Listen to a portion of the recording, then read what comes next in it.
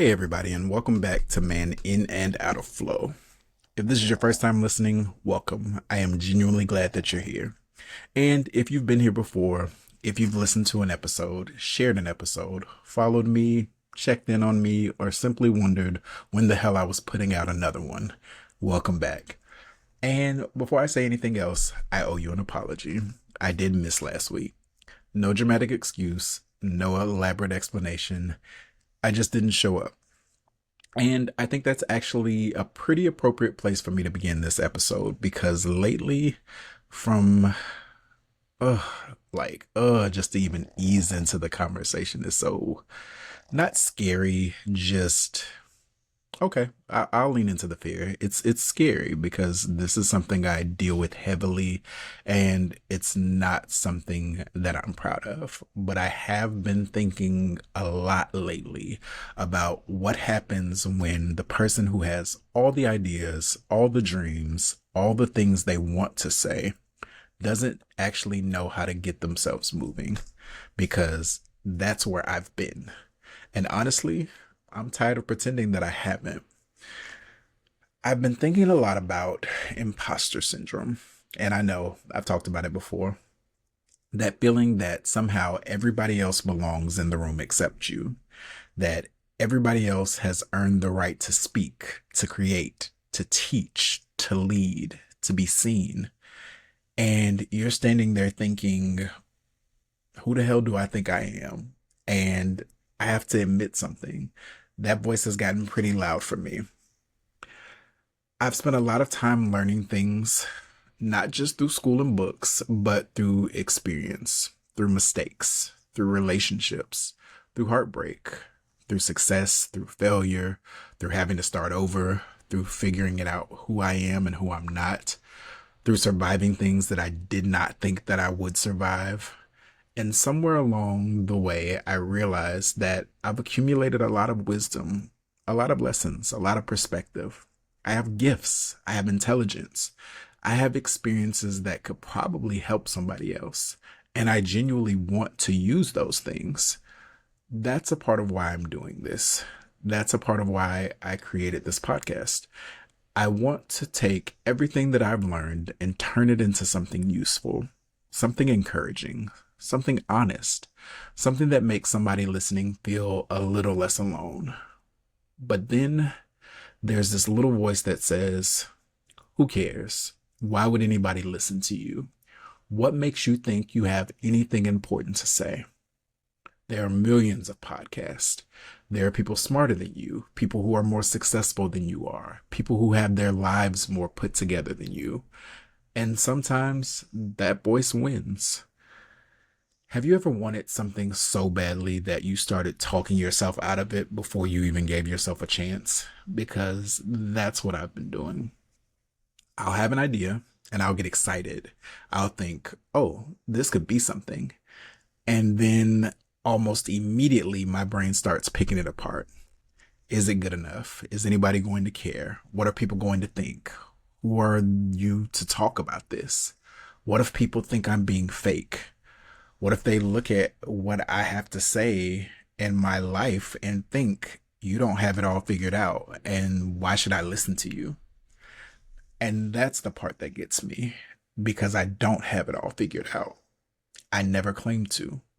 In fact, I think that's the entire point. I'm not sitting here saying, let me tell you how to live because I've mastered life.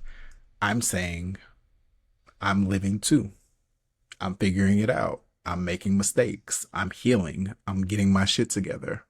Just like you. And maybe there's something powerful about that. Maybe I don't need to be standing at the finish line to have something meaningful to say. Maybe I can speak from the middle, from the messy part, from the part where I don't know exactly what's next. Because sometimes the person who can help you the most isn't the person who's 10 years ahead of you. Sometimes it's the person who's 6 months ahead. Sometimes it's the person who's walking through the exact same thing, just from a slightly different perspective. And maybe that's me. Maybe that's what Man In and Out of Flow is supposed to be. Not me pretending to have mastered the flow, but me being honest about what it looks like when I'm in it and when I'm completely out of it.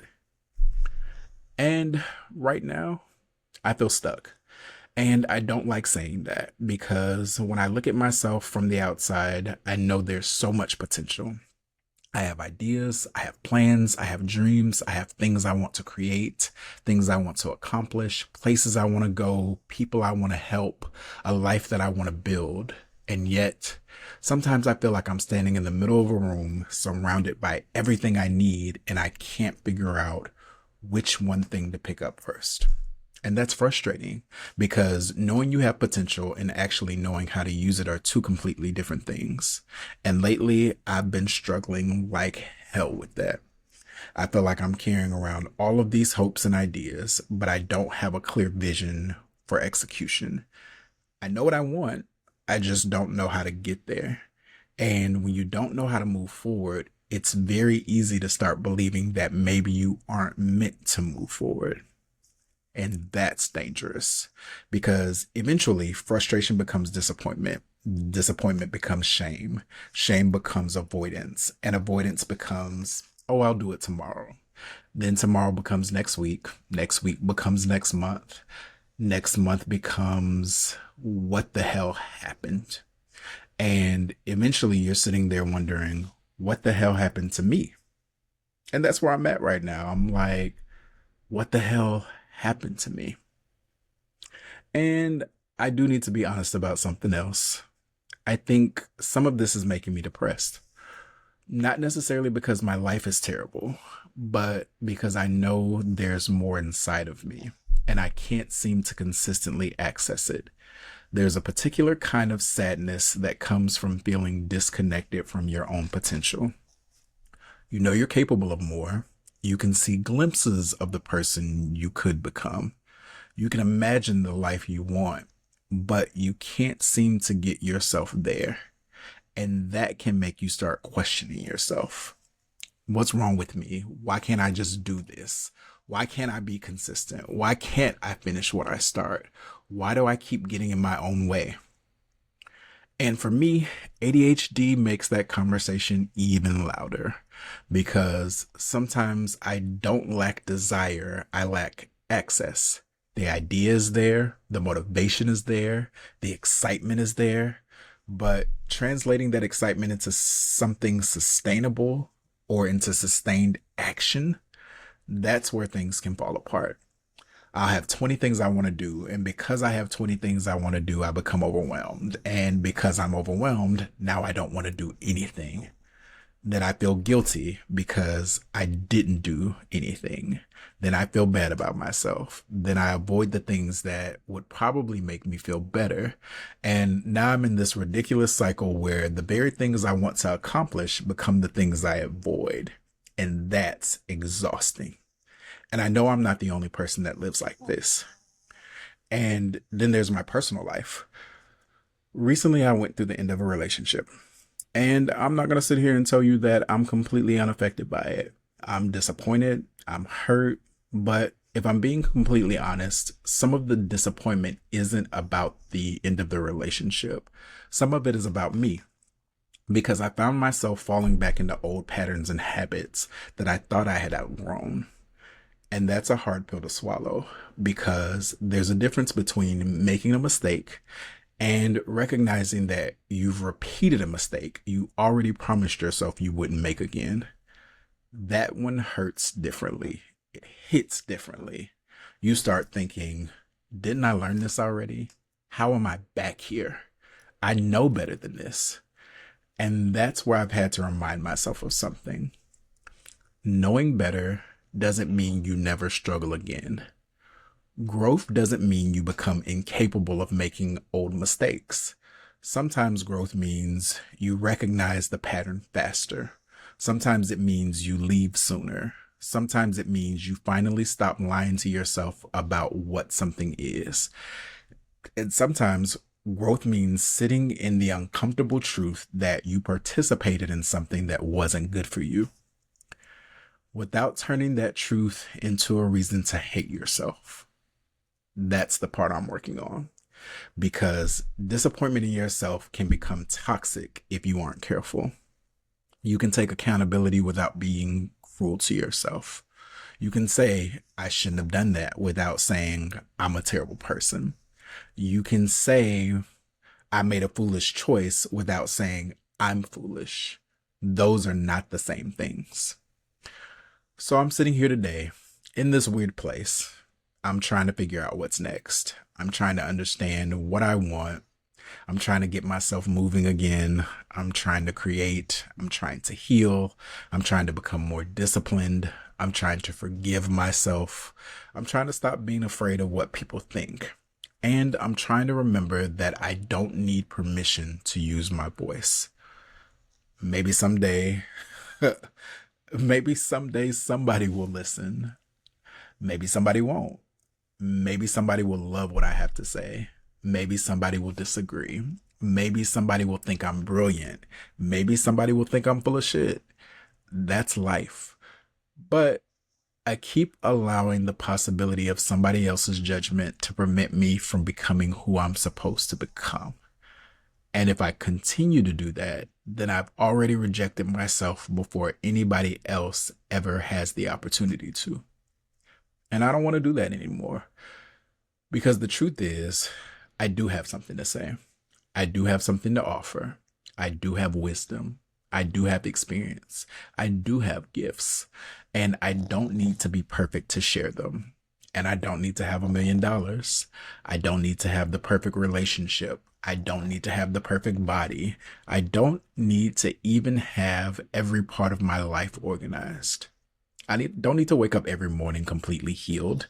I just need to be honest. And maybe that's enough. So, if you're listening to this and you're in a similar place, if you've got all the ideas in your head, but you can't seem to get them out into the world, if you're scared that you're not qualified, if you're afraid people are going to judge you, if you're disappointed in yourself because you keep repeating patterns you thought you had already healed from, I want you to hear me when I say this. You are not disqualified because you're still figuring it out. You are not a fraud because you're still healing. You are not an imposter because you're imperfect. And you don't have to wait until you become the person you're trying to be to start acting like your life matters. Your story matters now. Your perspective matters now. Your voice matters now. And maybe the next step isn't figuring out the entire path. Maybe it's taking one step, one conversation, one episode, one application, one workout, one apology, one boundary, one decision, one day, one thing. Because sometimes we don't need a 5-year plan. Sometimes we just need to stop standing still. And that's what I'm trying to do. I'm trying to move again.